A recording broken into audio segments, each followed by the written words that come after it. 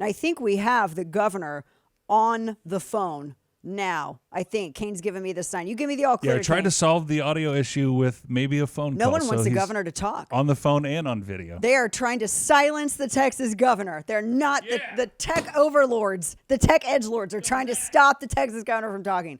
Let's see if we have him. Governor, do we have you? You sure do. Great to be with you, Dana. Yes, I love it. God bless America. God bless Texas. You're not going to make him silent. You're not going to keep him down. Governor, I appreciate your patience with us as we got this figured out. Okay, this isn't new. This amnesty policy, Governor, with the Democrat administration. It's not new. However, this is, 11 million plus illegal immigrants, amnesty. What can be, if this is what we can expect in a Harris administration, I wanted to get your reaction to what Senator Warren was talking about. So the first thing is they are finally saying the quiet part out loud. We've all known they've been wanting to give citizenship to all these people coming across the border illegally. And now they have revealed through Elizabeth Warren, Bernie Sanders, exactly what Kamala Harris's attitude is about illegal immigration. And listen, this is like not a new proposition for Kamala Harris. Right. As you were talking about earlier, she said that illegal immigrants should be decriminalized and that they should be given free health care. And so she wants to entice even more people to come here with no consequences for coming here. And they want to make it a permanent situation where anybody can come across the border illegally and be a part of this country. And for one, that's just flat out wrong.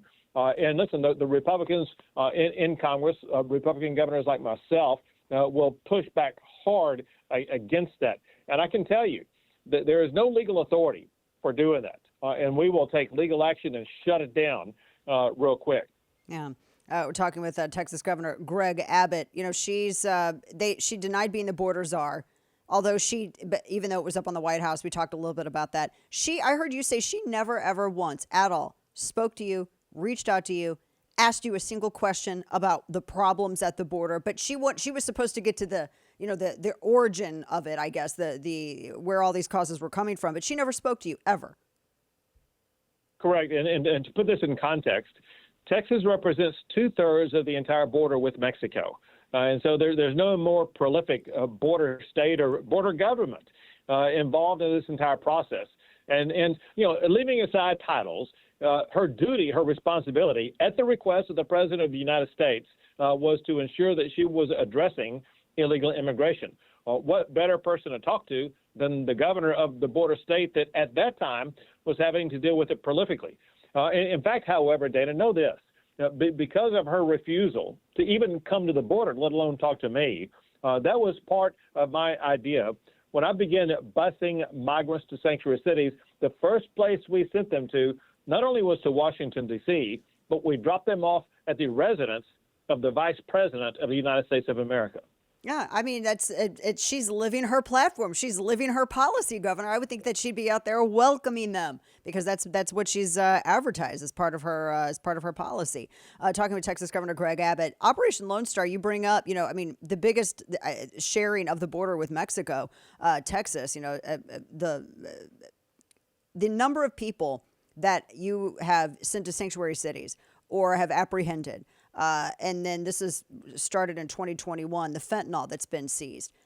I go back to my point. You've been incredibly successful in doing everything that you can with your authority as governor, against the federal government and trying to reduce this as much as possible and reduce this burden on Texas residents and really, everyone else, because this all goes into the interior. I'm just kind of stunned that the administration hasn't said, ideologies aside, we're Democrats, you're Republicans, something that you're doing is working because now the crossings are increasing in states that don't have these policies in place. Maybe you can share the secrets of your success if they were truly serious about really getting a handle on this problem. Right. So I think it reveals the reality, and that is they do not want to have success on the border. Because here are the facts, and that is remember those big orange buoys we put into the Rio Grande River? Biden filed a lawsuit to put a stop to it. That lawsuit is still in court as we speak. However, those, as Dana, as you and I are talking today, those buoys remain in the Rio Grande River. You also know that we've had the National Guard, thousands of them, erect hundreds of miles of razor wire border barrier to deny illegal entry into the state. When you combine those two factors together, in Eagle Pass, Texas, where Joe Biden was allowing 5,000 people to enter illegally, there are now only, or actually less than one person a day entering illegally. If you look at the entire Texas border altogether, while illegal immigration has gone up in other states, in Texas it has gone down 85%. Bottom line is this: Texas has shown that we can employ strategies that work. The Biden administration does not want them. Last thing, Dana, let me tell you this. All Texas is doing is enforcing laws that were on the books before Joe Biden became president. One requires the president to deny illegal entry. The other is to detain illegal immigrants. The third is to build border barriers. That's all that Texas is doing. And Biden and Harris have refused to do any of those. Yeah. Biden and Harris, speaking of which, they're expected to visit Houston this week. I think they're going to be there, in just a couple of days for Sheila Jackson Lee's service. And I'm just getting the sense that they're going to try to use this also as a way to hit out at you and your policies, and not just on immigration either, but illegal immigration rather, but also in education. I was reading this story this morning.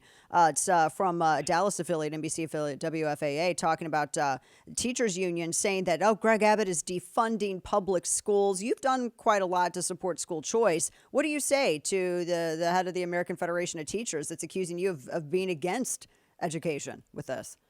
So the head of the teachers union should be extraordinarily embarrassed, because remember this, during the time of COVID, she was the one insisting, demanding, and succeeding at that about having teachers not go to school and not teach in person. She's the one who demanded kids learn through Zoom and things like that.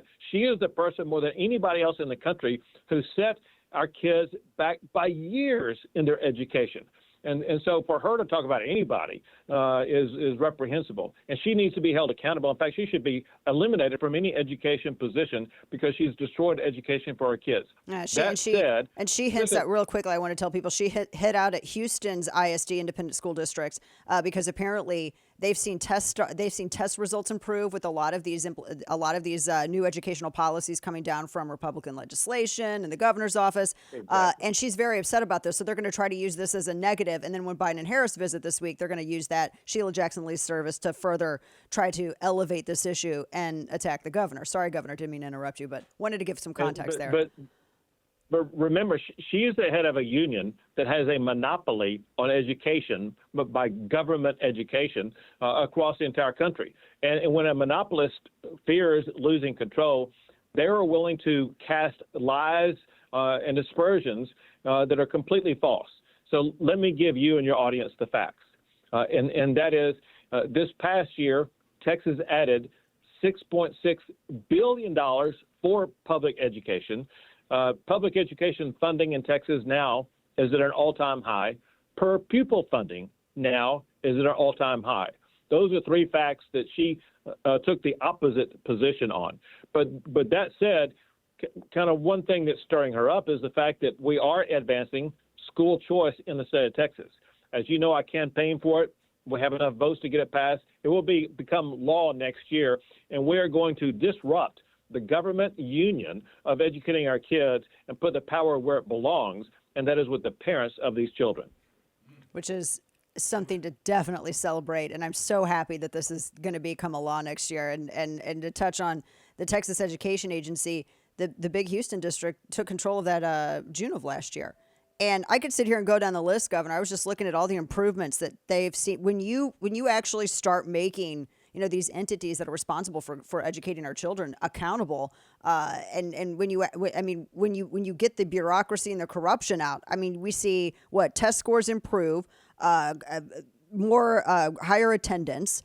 All of this is, I could go down the list of statistics, but this has been a major improvement, kind of a blueprint for really ultimately how you would approach education at large. One last word just on this issue.